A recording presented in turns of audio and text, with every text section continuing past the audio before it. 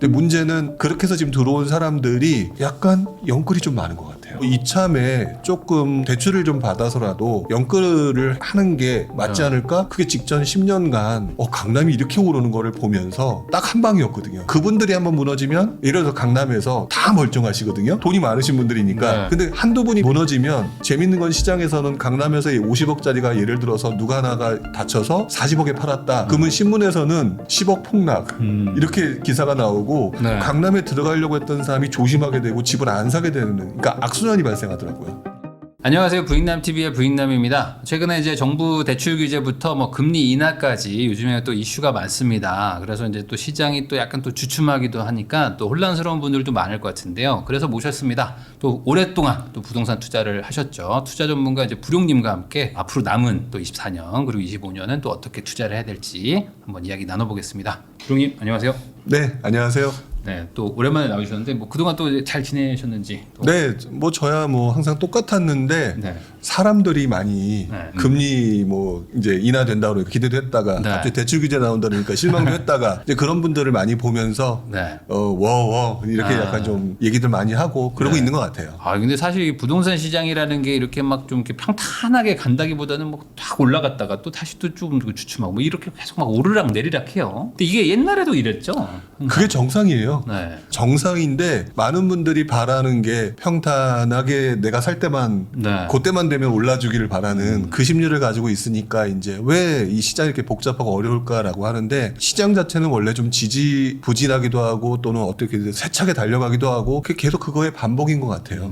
맞아요. 그래서 뭐 최근에 상승장 같은 것도 보면은 다 이렇게 이게 우상향만 했다고 생각하시는 분들도 많은데 그 중간중간 막 부침이 항상 또 있었고 그렇죠. 규제 나오면 또 한 번 또 주춤하고 뭐 이런 일들이 반복됐던 게 사실 이 자산 시장인 것 같긴 합니다. 네, 맞습니다. 네, 그래서 또 이제 한번 여쭤볼 게 있는데 지금 어쨌든 뭐랄까요 가장 큰 이슈랄까요? 아니면 그냥 주목도가 높은 거 이거는 지금 그 미국에서 금리를 또 한번 내렸기 때문에 한국도 이제 금리 내리는 거 아니냐? 그럼 이제 금리 내리면 이제 유지비가 좀 내려가니까 이제 뭐 이런 뭐 대출도 좀 더 받고 뭐 이런 그 생각의 고리가 연결되면서 부동산 시장에 영향을 줄 것 같다. 이런 얘기 하시는데 우선은 지금 미국 금리 인하된 거는 사람들의 심리에는 좀 어떻게 반영되는 걸로 보이세요? 심리에 상당히 긍정적인 요소로 받아들이는 건 맞는 것 같아요. 근데 저는 개인적으로 이제 다른 전문가분들하고 저는 좀 생각이 다를 수도 있는데 심하게 오버하는 것 같다. 이 반응하는 분들이. 그러니까 인하된다라고 하니까 인하되니까 그러면 부동산 시장 괜찮겠네. 이렇게 생각하면서 좀 오버하면서 반응한다. 이런 느낌이 저는 많아요. 그 어떤 의미인지 좀 설명해 주시면 좋을 것 같습니다. 사실 제가 부동산 시장을 되게 오래 봐왔잖아요. 오래 봐온 바에 의하면 바로 이제 한 2, 3년 전 모습인데요. 2, 3년 전에 그러니까 한창 그 2019년 그 21년 하반기까지 그때까지에 제가 금리가 인상될 수 있으니까 조심하란 말을 되게 많이 했었어요.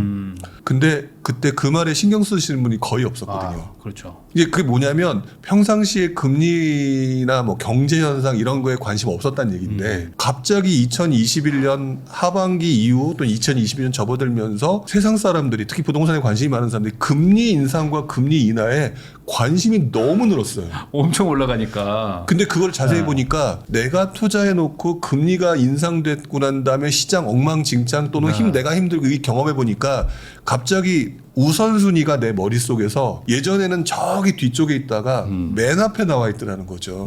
그래서 지금 미국의 금리 인하라고 하니까 그 맨 앞에 나와 있는 금리의 변동성에 대해서 되게 민감하게 반응하는 느낌이거든요. 근데 저는 그 반응하시는 분들을 보면서 부동산 시장의 긍정적인 요소가 아닐 거라고 봐요.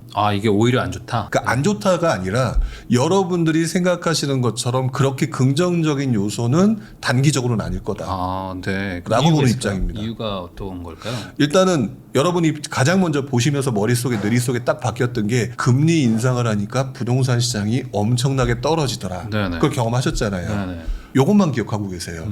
그러다 보니까 약간 단순하게 그럼 금리 인하하니까 부동산이 오르겠네라고 얘기하시는 분들 그렇게 그 논리 전개를 하시는 분이 되게 많은데요. 경제가 그렇게 간단하게 안 돌아가거든요. 오히려 저는 정부의 그 어떤 그 규제라든지 네. 또는 시장 상황으로 봤을 때는 금리 인하를 쉽게 못할 것이고, 그러니까 좀 그 원래는 뭐 한 2달에 한 번씩 금리 인하를 해야 되는 상황이라고 한다면 하는 입장에서 봤을 때 한 3-4개월에 한 번씩 금리 인하할 정도로 속도가 늦을 것이고, 네. 그리고 또 정부의 금리가 인하되면 사실상 냉정하게 뭐 부동산 시장이 좀 올라갈 가능성이 있기 때문에 규제라든지 기타 여러 가지 좀 뭔가 부동산의 부정적인 정책들이 한 가지 두 가지가 더 나올 수 있다.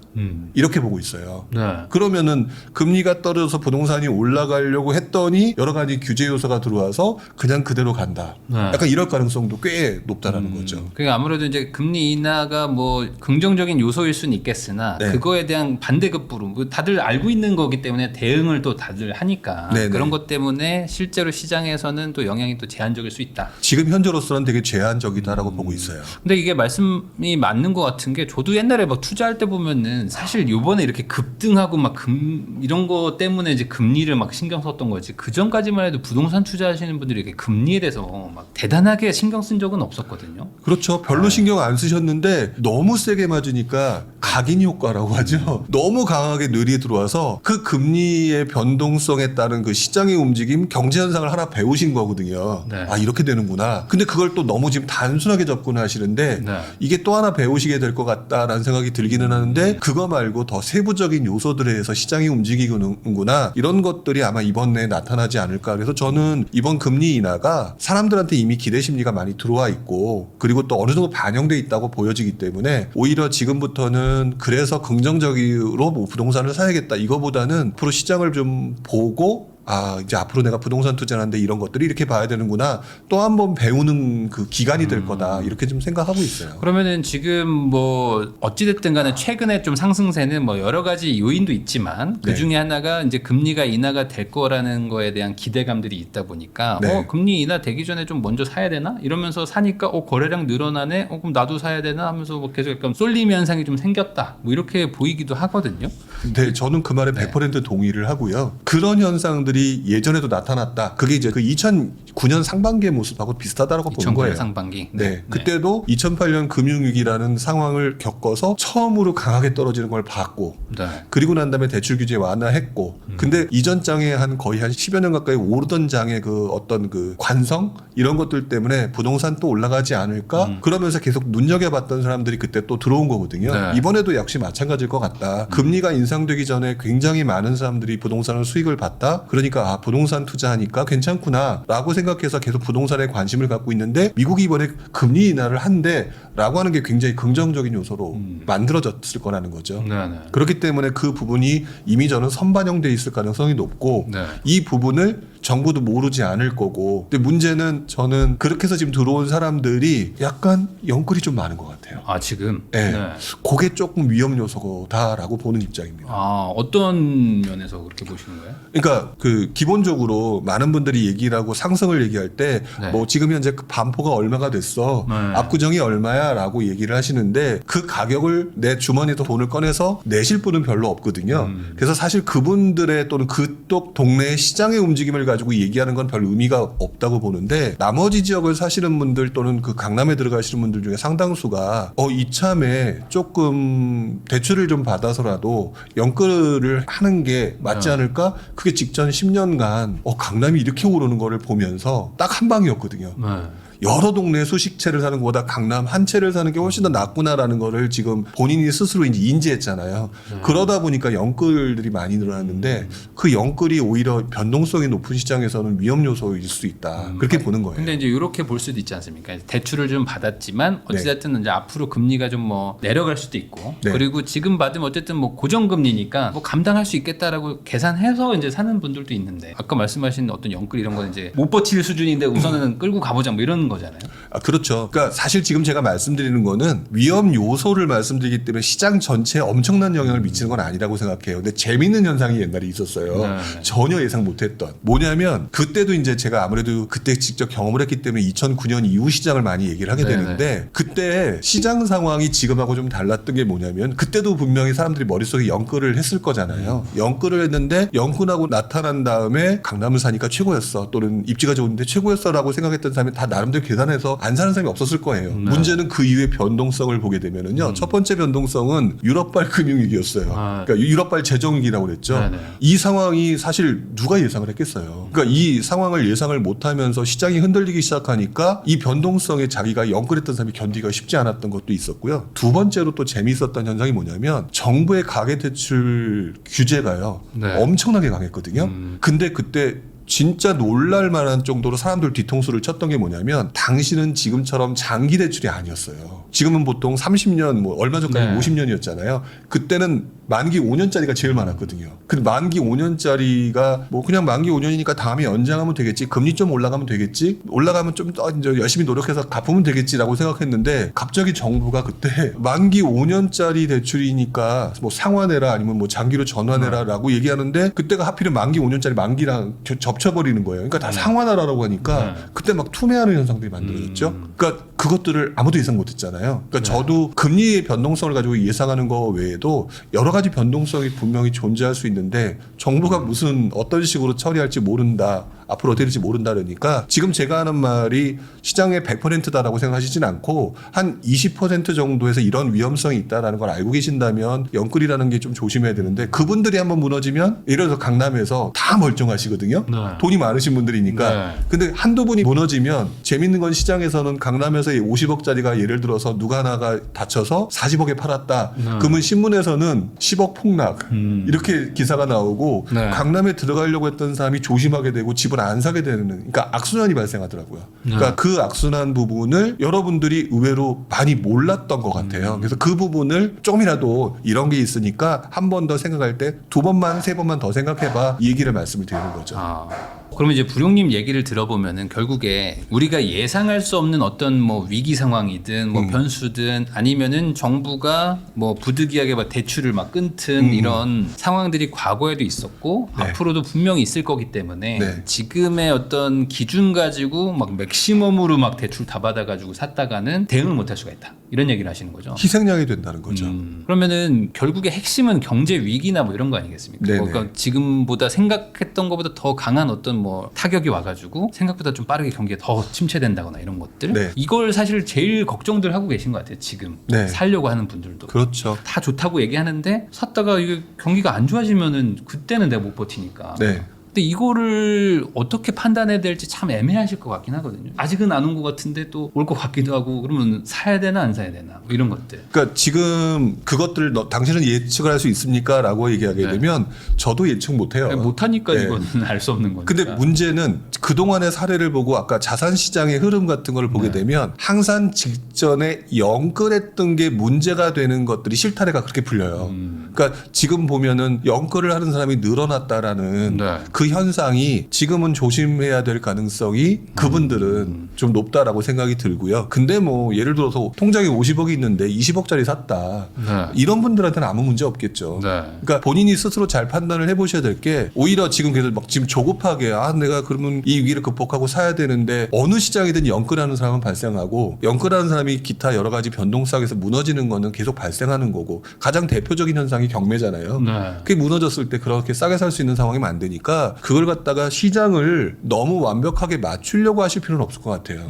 차라리 본인이 대응할 수 있는 그 전술, 부동산 투자 전술, 뭐 아까 그 경매 얘기했지만 뭐 경매를 배운다든지 네. 기타 그런 식으로 좀 접근하는 게 낫지 전술로 대응해야 되지 시장을 예측하려고 하는 그런 식으로 가는 거는 조금 순서가 좀 바뀌지 않았을까. 그러면은 최근에 이제 막 집을 사려고 하셨던 분들 입장에서는 네. 뭐 이제 뭐 빨리 계약서 쓰고 해가지고 대출 규제 전에 뭐 어떻게 다 처리돼서 다행이에요라고 생각하시는 분들도 있는데 네. 또 어떤 분들 입장에서는 이제 계약서 막 쓸까 하다가 갑자기 대출 규제 때문에 못 사게 되니까 이거 왜 나를 살려고 하는데 왜 막냐 하면서 화내는 분들도 있거든요. 이게 오히려 뭐 전화위복이 될 수도 있고 이런 건가요? 그렇죠. 전화위복이 될 수 있는 거고요. 그러니까 세상을 내 중심으로 지금 보고 계셨잖아요. 네. 근데 사람들이 예상치 못하는 부분이 이번에 겨우 대출 규제 들어왔는데 내가 샀어. 근데 문제는 내가 영끌하는 사람이고 내가 그걸 감당할 수 있는 능력이 안 되거나 변동성이 있었을 때 그러면 그분이 무너질 때 누군가 또다시 그 집을 사야 되는 전화위복의 계기가 될 수 있는 거거든요. 저는 오히려 지금 상황에 못했다라고 슬퍼하거나 또는 대출 규제 받기 전에 대출 받았어 라고 안심해야 될 상황은 아닌 것 같아요. 그러면은 이게 그런 것 같거든요. 최근에 어쨌든 거래량이 막 7천 건, 8천 건을 막 뚫었는데 서울 아파트 기준으로. 네네. 그러면 이제 한 10년 정도 평균으로 봐도 이제 뭐 그 평균치를 이제 상회하는 수준으로 막 갔어가지고 야 이제 거래가 완전히 활성화됐나 보다 했는데 또 이제 대출 규제 때문인지 아니면 피로든지 뭐 여러 가지 복합적인 요인이 있겠지만 이제 거래는 급감하고 있거든요. 네. 그럼 이것도 어찌 보면 좀 약간 단기적으로 반짝한 것뿐이다. 뭐 이렇게 해석을 할 수 있을까요? 아니면 아직은 그렇게까지 해석하기는 뭐 시간이 좀 없는 건가요? 저는 단기적으로 좀 반짝했을 가능성이 높다고 보여져요. 네. 기본적으로 그 어느 정도 거래량이 유지가 되게끔 정부가 항상 계획을 세우고 그러니까 거래량을 분석하고 그걸 발표하잖아요. 네. 그것들 다 보고 있다고 생각을 하고요. 지금 현재가 거래량이 늘었다라고 얘기하는 부분은 저는 지금 요 어떤 스팟 시점만 가지고 지금 얘기를 해서 그렇지 기간을 길게 놓고 보게 되면은 거래량도 역시 재밌는 거는 거래량 그래프를 보게 되면 요래요. 네, 뭐 올라갔다가 줄어들었다. 올라갔다가 이렇게 네, 계속 반복되는 거기 네. 때문에 저는 거래량의 증가로 시장이 회복되었다고 보는 거는 논리의 과잉이라고 생각하거든요. 네. 거래량으로 시장이 회복된 거를 판단하지 않으셨으면 좋겠어요. 오히려 저는. 그럼 오히려 지금 시장은 회복됐다고 보기 어려운 건가요? 지금 어렵다고 판단해야 될까요? 네, 아직 여전히. 예, 아직 여전히 그렇다고 보여지고요. 우리나라 부동산 시장은 기본적으로 우리나라 정부의 정책에 따라서 네. 크게 좌우가 된다라고 보여지기 때문에 지금 정부의 스탠스는 규제잖아요. 어쨌든 네. 규제가 있는 상황에서 거래량이 느렸다라고 하면 시장의 상승이 아니라 대출의 추가 규제일 수도 있다. 그렇기 때문에 거래량만 가지고 판단하는 거는 조금 아직까지는 좀 오버다라고 말씀을 드릴 수가 있고요. 거래량이 살아나고 있는데 그게 마침 정부의 규제 완화가 한 몇 번에 걸쳐서 연속적으로 나타나서 살아나는 거다. 이러면 또 이거는 시장이 살아나는 거다. 이렇게 판단을 하는 게 맞거든요. 근데 지금은 규제를 하고 있는데 거래량이 늘어난다고 다시 시장이 상승한다라는 신호로 받아들인다. 이거는 정부 규제라고 하는 부분을 하나도 고려하지 않는 거라고 보여지거든요. 그렇게 얘기를 딴 데서도 했더니 어떤 분이 이렇게 질문을 하시더라고요. 아니 몇 년 전에는 규제를 하더라도 엄청나게 늘어났지 않습니까? 라고 얘기를 했거든요. 그때 제가 항상 말씀드리는 게 상승하기 시작한 지 얼마 안 됐을 때와 상승을 시작한 지 한참 지나고 난 다음에 시장의 모습이 다르다. 네. 그게 이제 우리 체력이라고 하는데 보통 2000 몇 년이죠? 그때 19년도 그때 전후로 부동산 가격이 계속 상승했었을 당시에는 정부의 규제 자체가 대출 규제라기보다는 오히려 지역 규제에 가까웠어요. 네. 그래서 우리가 풍선 효과를 얻을 수 있어서 갈동네가 되게 많았었고 집값도 쌌어요. 상대적으로. 네. 근데 지금은 대출 규제라고 하는 게 있는 데다가 이미 집값은 그때보다 2배 이상 올라 있는 상황이거든요. 그래서 조금 사람들이 가지고 있는 여력들이 조금 힘이 빠질 수 있어서 요만한 대출 규제 하나에 우리가 많이 흔들릴 수 있는 시장이라고 봐요. 그래서 거래량을 가지고 회복된다라고 얘기하기에는 떨어진 상태에서 계속 유지된 상태가 한 몇 년 지속되면 그 말이 다시 맞을 수 있는데 지금은 좀 아닌 것 같다. 근데 이게 또 충분히 이해가 될 수 있는 얘기인 게 지금 상승한 지역이 뭐 전반적으로 다 상승하고 뭐 이런 게 아니라 뭐 특정 지역의 특정 단지들이 막 너무 좀 과할 정도로 격차가 벌어지면서 막 자기들만 가고 나머지 옆에 있는 단지들은 또 그냥 가만히 있고 네. 이러다 보니까 이제 전체적인 평균은 좀 뭐 회복이 되는 걸로 나오는데 체감이 안 되는 분들이 정말 많거든요. 그러니까 이런 현상이 그 예전에도 똑같이 있었던 게 뭐냐면 우리가 정부가 부동산 시장이 상승해서 대출 규제를 하잖아요. 네. 대출 규제를 하다 보면 그때 사람들이 나타나는 행동이 야 입지가 좋은 데가 최고구나. 그러면서 나타나는 현상이 똘똘한 한 채였단 말이에요. 네. 똘똘한 한 채를 사는 게 훨씬 더 유리하구나 규제 상황에서라고 하고 그때 올랐던 걸 봤기 때문에 지금 많은 사람들이 내가 직전에 경험했던 그 경험을 가지고 똘똘한 한 채로 포커스를 맞추고 있는데 똘똘한 한 채를 살 수 있는 여력이거나 영끌에서 어쨌든 가능한 사람들은 지금 그거를 사고 있는 중인 거고 네. 그 이하는 의미가 없다니까 살 여력 있는 사람조차 안 사고 있는 거거든요. 네. 지금 그렇게 양극단으로 흘러가고 있는 거기 때문에 오히려 위험한 거예요. 제가 볼 때는. 네. 왜냐하면 그렇게 하다가 상급장이 떨어지는 게 하락장이고 네.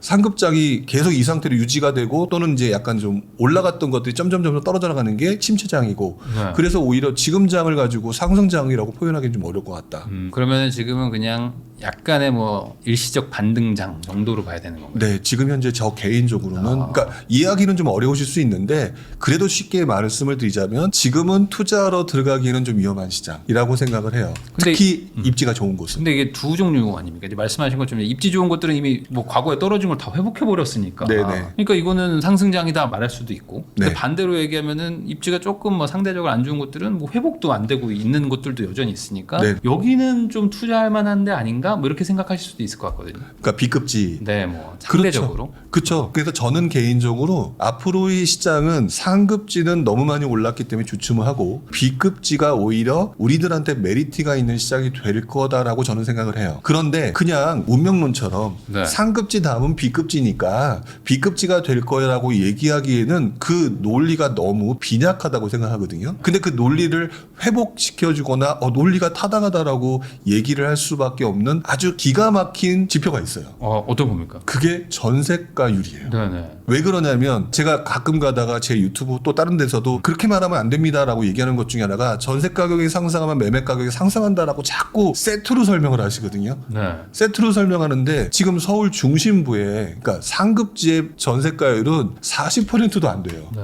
그리고 조금 더 뒤로 가서 조금 더 외곽지로 가게 되면 이제 한 50몇에서 60에 가까운 상황이거든요. 그러면 결국 전세 가격이 지금 이제 주춤해지기 시작했잖아요. 그러면 이제 사람들이 전세에 관심을 두고 전세 가격이 올라가는데 매매가격은 안 올라가니까 그럼 나타나는 현상은 전세가율이거든요. 네. 그럼 전세가율이 올라가는데 저기 상급지에 40%가 안 되는 데가 40을 돌파하고 40을 지나 50을 가는 그 모습과 50을 지나서 60과 70을 향해서 가는 B급지의 모습을 보면 그때 시점에 과연 누가 어느 지역의 메리트를 여기 맛있어 보이는데 여기 괜찮아 보이는데 그 지역이 어느 지역이 될 거냐? 그러면 예전의 모습도 그랬고 제가 보더라도 B급지가 조금 더 관심도가 높을 것 같아요. 투자 대비 어쨌든 성과나 네, 이런 게 수익률로 좋을 수 보면 있으니까. 좋을 수 있으니까 그래서 그런 현상들이 전세 가격 상승과 맞물린 전세가율의 상승이 오히려 그동안 혹시라도 상승장이 좀 멈추고 난 다음에 상급지가 오르지 않는다면 새로운 투자처를 찾으려고 보는 사람 입장에서는 나름대로 B급지가 괜찮겠네. 그게 2011년 이후에 일기 신도시 지역들이 입지도 괜찮으면서 나름대로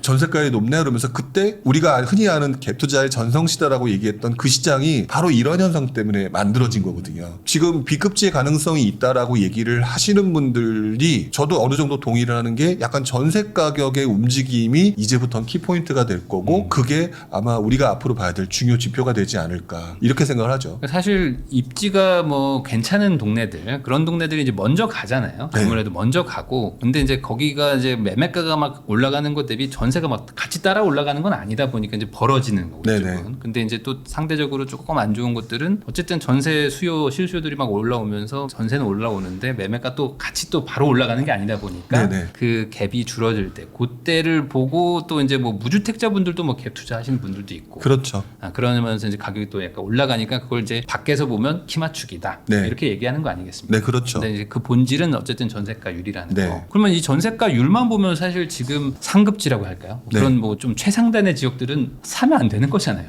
그렇죠. 너무 지금 투자금 대비 이게 네. 크니까. 그럼에도 불구하고 지금 사는 분들은 그냥 거기가 좋아서 산다. 이런 수요기 때문에 한시적이다. 네. 좀 단기적이다. 이렇게 보시는 겁니다. 투자 수요가 들어가기에는 버겁잖아요. 그럼 결국 실수요가 들어야 하는데 그 동네의 실수요가 몇 분이나 되겠느냐. 네. 냉정하게 생각해 보게 되면. 네. 그러면 뭐 전체 수요가 100이라고 하게 되면 그 상급지에 들어갈 수요는 10 이하일 텐데 10 이하의 중에서 지금 한 5을 썼다 그러면 5가 남아야 되잖아요. 그 5가 시장을 영향을 줄 수는 없다는 거죠. 더더구나 시장이 만약에 안 좋아지면 5라는 수요도 3이나 2로 줄을 수 있는 거거든요. 네. 그럼 결국 시장에 별 영향이 없어요. 그러면 이제 시장이 뭐 가만히 유지가 되고 있는 상황에서 사람들이 이제 그럼에도 불구하고 수익을 위해서 막 많은 고민을 할 테니까 그럼 그때 눈에 보일 만한 게 지금 움직이는 지표를 이용한 투자를 고민해야 되는데 재밌는 거는 항상 그때 전세 가격이 올라가더라. 네. 이제 이 현상들하고 맞물릴 가능성이 좀 높아 보인다는 거예요. 그러면은 지금 전세가도 계속 좀 상승하고 있는 상태인데 네. 지금 들어가는 거는 또 리스크가 있다 이렇게 보시는 거예요? 사실 리스크가 좀 있긴 있죠.